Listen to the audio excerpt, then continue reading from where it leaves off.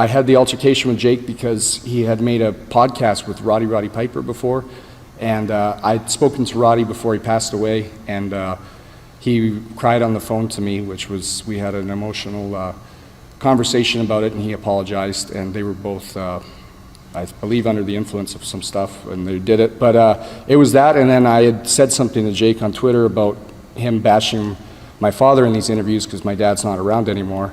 And then I kept hearing about him talking about Davey, and it's like, why are you talking about Davey now? He's passed away. He's not here to defend himself. If you had a problem with him, why the fuck didn't you talk to him back in '96 when you were working in WWF?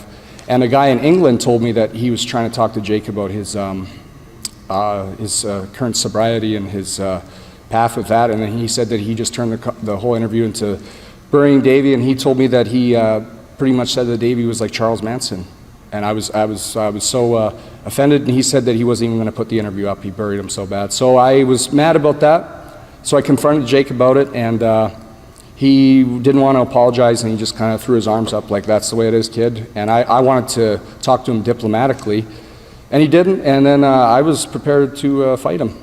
And he didn't want to fight me, but he wanted to mouth off to me. So, and then he said something like, fuck you, fuck your dad, and he said something about my dad, and I saw red there. And anybody that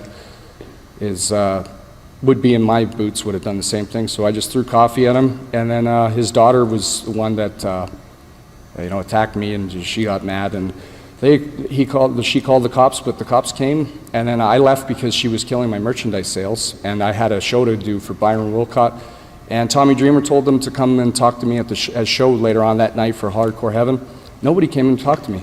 So that this BS that they were looking for me and I was on the run or something was a bunch of bullshit. And that was all these jabroni websites wanting to get some hits and, like I said, make a thunder out of a fart.